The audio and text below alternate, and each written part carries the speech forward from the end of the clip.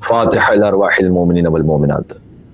بسم الله الرحمن الرحيم الحمد لله رب العالمين الرحمن الرحيم مالك يوم الدين إياك نعبد وإياك نستعين اهدنا الصراط المستقيم صراط الذين أنعمت عليهم غير المغضوب عليهم ولا الضالين. إن الله وملائكته يصلون على النبي يا أيها الذين آمنوا صلوا عليه وسلموا تسليما. اللهم صل على محمد وآل محمد وعجل فرجهم. أعوذ بالله من الشيطان اللعين الرجيم. بسم الله الرحمن الرحيم وبه نستعين وهو خير ناصر ومعين والعاقبة للمتقين والجنة للموحدين والنار للعاصين والصلاة والسلام على أشرف الأنبياء والمرسلين حبيب إله العالمين العبد المرتضى والنبي المجتبى والرسول المصطفى سيدنا ونبينا وشفيع ذنوبنا وطبيب نفوسنا ومولانا أبي القاسم محمد. اللهم صل على محمد وآل محمد وعجل فرجهم. وعلى آله الطيبين الطاهرين المعصومين المظلومين سيما بقية الله في الأرضين وحجته على العالمين الذين أذهب الله عنهم الرجس وطهرهم تطهيرا. اللهم صل على محمد وآل محمد وعجل فرجهم. رحمة الله على محبيهم واللعنة الدائمة على أعدائهم أجمعين.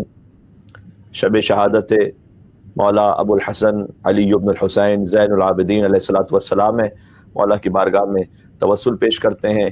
بہت سے مومنین ملتمسین دعا ہیں اور بالخصوص مریضوں کی شفا یابی کے لیے آپ سے گزارش یہ ہے کہ ساتھ ساتھ اس دعا کو پڑھیے گا. بسم اللہ الرحمن الرحیم یا ابا الحسن یا علی ابن الحسین یا زین العابدین ایہا السجاد یا ابن رسول اللہ یا حجت اللہ علی خلقہ یا سیدنا و مولانا انا توجہنا واستشفعنا وتوسلنا بك إلى الله وقدمناك بين يدي حاجاتنا يا وجيها عند الله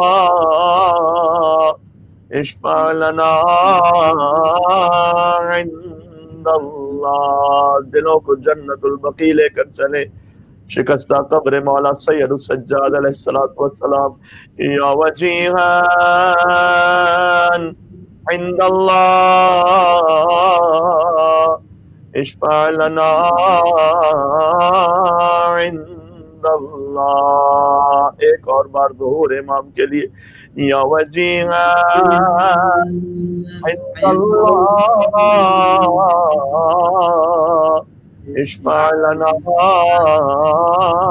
عند اللہ. صلوات بر محمد و آل محمد. اللهم صل على محمد وآل محمد وعجل. أما بعد فقد قال الله الحكيم في كتابه المجيد بسم الله الرحمن الرحيم ولقد كتبنا في الزبور من بعد الذكر أن الأرض يرثها عبادي الصالحون. صلوات على محمد وآل محمد. اللهم صل على محمد وآل محمد وعجل فرجهم. ایک اور گزارش یہ کہ چونکہ آج اختتام مجلس میں تابوت امام زین العابدین علیہ السلام کی زیارت ہوگی، لہٰذا ابتدائی مجلس میں مریضوں کی شفا یابی کے لیے اور بالخصوص ہمارے ایک عزیز ہیں جن کے والد محترم نجف اشرف میں مقیم ہیں، وہ شدید علیل ہیں، ان کی صحت یابی کے لیے کل ایک بچے کے لیے فرات علی جن کا نام ہے دعائے صحت کی گزارش کی گئی تھی. بہت سے مومنین کمنٹس میں دعائیں لکھتے ہیں اور چاہتے ہیں کہ ان کے مریضوں کے لیے دعا کی جائے. تو تمام مریضوں کی شفا یابی کے لیے اور حاجات کی برابری کے لیے بھی انشاءاللہ آپ سے گزارش ہے کہ 5 مرتبہ میوجیب کا ورد بھی کر لیجئے گا. اختتام مجلس میں تابوت کی زیارت ہے, وہاں دعا کا تفصیلی موقع میسر نہیں آ سکے گا. بسم اللہ الرحمن الرحیم.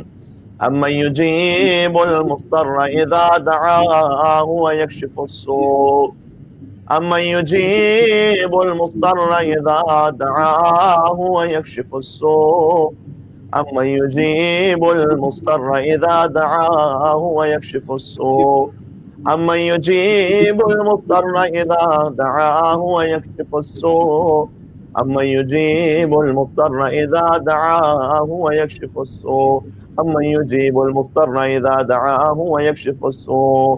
صلوات علی محمد وآل محمد. اللہم صلی علی محمد وآل محمد وعجل فرجہم. مجلس شہادت ابو الحسن علی بن الحسین زین العابدین سید الساجدین علیہ افضل الصلاۃ والسلام وآلاف التحیۃ والثناء. لہذا آج جو عشرے کا موضوع صحیفہ سجادیہ کے عنوان سے تھا, تبرکن و تیمنن, ایک اشارہ تو آ سکے گا, لیکن بہت سے سامعین ہو سکتا ہے کہ آج کی حد تک ہمارے ساتھ انہوں نے ہمیں جوائن کیا ہو. لہٰذا امام چہرم کی حیات طیبہ کا ایک اجمالی خاکہ میں آج آپ کی خدمت میں عرض کرنا چاہتا ہوں.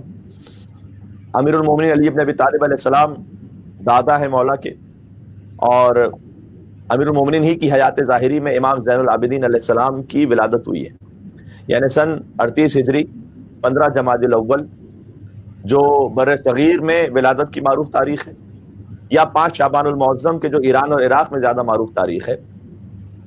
تو امیر المومنین نے امام حسین کے اس فرزند کو اپنی آغوش میں پالا ہے, لیکن 3 برس ہی کے سن میں آپ اپنے جد اعلیٰ مولا علی مرتضیٰ سے جدا ہو گئے, فرق اقدس شکافتہ دیکھا اور مولا کی شہادت ہوئی. پھر امام حسن مجتبیٰ علیہ السلام جو امام سید الساجدین کے تایا بھی ہیں اور سسر بھی ہیں, کیونکہ امام حسن علیہ السلام کی دختر فاطمہ بنت حسن زوجہ ہے امام زین العابدین علیہ السلام کی, جن کے لیے کتاب الکافی میں روایت موجود ہے کہ کانا صدیقہ, وہ ایسی صدیقہ تھیں کہ لم تدرک فی آل الحسن امرأۃ مثلھا, کہ حسنی سادات میں ان جیسی با عظمت کوئی خاتون تھی ہی نہیں. سبحان اللہ. صاحب کرامت بی بی ہیں فاطمہ بنت حسن سلام اللہ علیہ, صاحب کرامت بی بی ہیں. کتاب الکافی ہی کی روایت ہے کہ بی بی گزر رہی تھی ایک مقام سے کہ ایک کچی دیوار کے پاس سے وہ دیوار گرنے لگی, اور بی بی نے اپنے دست ولایت سے اشارہ فرمایا اور فرمایا کہ لا بحق المصطفیٰ. اس دیوار سے کہا کہ نہیں, مصطفیٰ کے حق کا واسطہ, ما اذن اللہ یا ما اذن اللہ لک فی السقوط, اللہ نے تجھے ابھی گرنے کی اجازت نہیں دی ہے. یعنی اللہ اکبر, یہ کن فیکون کی مظہریت کا اعلان ہے کہ بی بی نے اشارہ کیا کہ اے دیوار, اللہ نے ابھی تجھے گرنے کی اجازت نہیں دی ہے. یہ میں حضرت فاطمہ بنت حسن جو زوجہ امام زین العابدین علیہ السلام کی, ان کی عظمت و کرامت عرض کر رہا ہوں. اور پھر روایت میں کہ فبقیہ معلقاً فی الجو, وہ فضا میں معلق رہی دیوار, حتی جازت, یہاں تک کہ بی بی وہاں سے گزر گئی. کیا شان خاندان عصمت و طہارت کی بیویوں کی, کبھی فاطمہ بنت حسن اشارہ کرے تو گرتی ہوئی دیوار رک جاتی ہے, اور کبھی علی کی ماں فاطمہ بنت حسن تشریف لائے تو دیوار کعبہ شک ہو جاتی ہے. نعرہ حیدری علی پر محمد والے محمد صلوات. اللہم صلی علی محمد وآل محمد. اور پھر 5ویں امام فرماتے ہیں کہ جن کی والدہ ہیں فاطمہ بنت حسن, کہ تصدق بی عنہا ب100 دینار, کہ میرے بابا نے اس واقعے کے بعد 100 سونے کے سکے والدہ کی طرف سے صدقے میں دیے, کہ جو خود اس بات کا اعلان ہے کہ اگرچہ کہ وہ جو ہم نے عرض کیا کہ کن فیکون کی مظہریت کا ایک اظہار ہو رہا تھا وہاں پر, لیکن اس کے باوجود بھی سونے کے سکے صدقے میں دے کر اس بات کی تعلیم ہمیں دی گئی کہ دیکھو وہ جو تمہیں اپنے طور پر جو اللہ سبحانہ وتعالیٰ کا حکم ہے اسے انجام دینا ہے, صدقہ رفع بلا کرتا ہے. مومنین ماشاءاللہ اس کے عادی ہیں. اچھا, یہیں سے ایک سوال کا جواب بھی مل جاتا ہے کہ اللہ عز و جل نے امامت کو نسل امام حسین میں کیوں رکھا. یہ ایک بڑا سوال ہے, حتیٰ ہے کہ ایک اعتراض کی صورت میں بھی پیش کیا جاتا ہے کہ شیعہ نسل امام حسین علیہ السلام سے تو امام مانتے ہیں, لیکن نسل حسن سے امام نہیں مانتے. تو روایات میں آیا ہے کہ یہ کربلا کی قربانی کا خاص فضل تھا امام حسین علیہ السلام پر، اور خود امالی شیخ توسی میں یہ حدیث موجود ہے کہ ان اللہ تعالی عوض الحسین من قتل، اللہ عز و جل نے امام حسین علیہ السلام کو ان کی شہادت کے عوض کچھ خاص مقامات عطا کیے کہ انجال الامامت فی ذریت، ان میں سے ایک مقام یہ تھا کہ اللہ عز و جل نے امامت کو نسل امام حسین علیہ السلام میں رکھا ہے، والشفاء فی تربت، اور اللہ عز و جل نے تربت حسین میں شفا کو رکھا ہے، واجابت الدعاء عند قبر، اور اللہ عز و جل نے دعا کی قبولیت کو امام حسین علیہ السلام کی قبر مطہر کے پاس رکھا ہے، ولا تعد ایام زائرہ جائعا وراجعا من عمرہ، اور امام حسین علیہ السلام کے ظاہر کا یہ مقام رکھا ہے کہ جب وہ جاتا ہے زیارت کے لیے اور پلٹ کر واپس آتا ہے تو اتنے ایام اس کی عمر میں شمار ہی نہیں ہوتے۔ یہ خاص مقام ہے کہ جو اللہ عز و جل نے عطا فرمایا۔ تو آپ غور فرمائیے گا کہ یہ خاص فضل ابا عبداللہ الحسین علیہ السلام کو حاصل ہے کہ ان کی نسل میں امامت ہے، لیکن اس کا ایک جواب یہ بھی ہے کہ جو اعتراض اگر کیا جائے کہ بھائی نسل امام حسن علیہ السلام میں امامت کیوں نہیں آگے بڑھی، تو امام حسین کے فرزند علی بن الحسین، ان کا ازدواج ہوا ہے مولا حسن مجتبی علیہ السلام کی دختر فاطمہ بنت حسن سلام اللہ علیہ کے ساتھ، تو نہ آل حسین میں کوئی سجاد جیسا تھا اور نہ آل حسن میں کوئی فاطمہ بنت حسن جیسی خاتون تھی۔ سبحان اللہ سبحان اللہ۔ تو آل حسین میں بھی مولا سید سجاد ایک انفرادی حیثیت رکھتے ہیں، آل حسن میں بی بی فاطمہ بنت حسن ایک خاص مقام رکھتی ہیں، تو یہ نورانی ازدواج کا نتیجہ ہے امام محمد باقر علیہ السلام۔ تو غور فرمائیے گا کہ امام باقر علیہ السلام تک پہنچتے پہنچتے نور حسن اور نور حسین دوبارہ مل جاتا ہے امامت میں، یعنی فرزند امام زین العابدین علیہ السلام ابا جعفر محمد ابن علی الباقر علیہ السلام کے وجود اطہر میں نور امام حسن بھی ہے، نور امام حسین بھی ہے۔ گویا کہا جا سکتا ہے کہ امام زین العابدین کے بعد جو نسل امامت آگے بڑھی ہے وہ حسنی نور بھی ہے اور حسینی خون بھی ہے۔ سبحان اللہ سبحان اللہ۔ لہذا مولا کا ایک لقب، خود امام زین العابدین علیہ السلام کا ایک لقب آدم آل محمد بھی ہے۔ یہ بعض مومنین بھی اس سے واقف نہیں کہ آدم آل محمد خاص امام زین العابدین علیہ السلام کو کہا جاتا ہے۔ کیوں کہا جاتا ہے عرض کرتا ہوں، مل کے اور صلوات بھیجیے گا مولا کی ذات اقدس پر۔ اللہم صلی علی محمد و آل محمد وعجل فرجہم۔ اس لیے کہ جب مولا حسین علیہ السلام، غور فرمائیے گا، آدم آل محمد کا تعلق کہ آل محمد کے آدم، اس لیے کہ جب امام حسین علیہ السلام حفاظت اسلام کے لیے کربلا معلیٰ میں تشریف لائے تو کم از کم 72 ساتھی تو انہیں مل گئے تھے، لیکن سید الساجدین علیہ السلام نے اس وقت ذمہ داری سنبھالی ہے جب چند خواتین اور ایک کم سن فرزند کے سوا کوئی تھا ہی نہیں، کوئی نہیں تھا، اور پھر مقصد کو بھی اس طرح بچایا کہ دین بھی رہ جائے اور دین والے بھی رہ جائیں۔ بعض مرتبہ ہم بھی کسی کھوکھلی جذباتیت میں آ کر کچھ نعرے تو لگا دیتے ہیں، لیکن ائمہ علیہ السلام کا مستقل روش آپ دیکھیے گا، انہوں نے دین والوں کی جان مال عزت و ناموس کی بے پناہ حفاظت فرمائی ہے، اس وقت تک معرض خطر میں نہیں ڈالا، نہ اپنے آپ کو نہ دینداروں کو، کہ جب تک مثلا بیعت کا مطالبہ نہ کر لیا گیا کہ جہاں اصل دین مسخ ہو جائے، ورنہ ائمہ علیہ السلام معمولاً کنفرنٹیشن میں نہیں گئے ڈائریکٹلی، تقیہ بھی سکھلایا اور اس بات کی بھی تعلیم فرمائی کہ حکمت اور تدبر کے ساتھ زندگی گزارو۔ تو امام زین العابدین علیہ السلام، ان کے ساتھ تو فقط چند خواتین، ایک کم سن فرزند امام محمد باقر علیہ السلام، ان کے علاوہ رہ کون گیا تھا؟ تو گویا یزید کا تو منصوبہ یہ تھا کہ نسل آل محمد کو نعوذ باللہ من ذالک ختم کر دیا جائے۔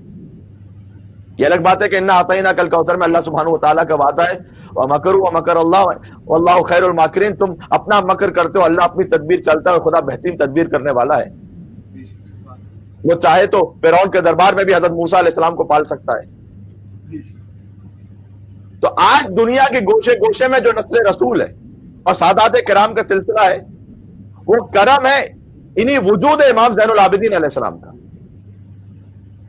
تو آدم علیہ السلام سے بشریت چلی ہے، آل محمد فقط چند تعداد میں رہ گئے تھے، نسل آل محمد گویا کربلا کے بعد پھر سے چلی ہے امام زین العابدین علیہ السلام کے ذریعے سے، لہذا مولا کا لقب ہے آدم آل محمد، سبحان اللہ۔ آل محمد کے آدم۔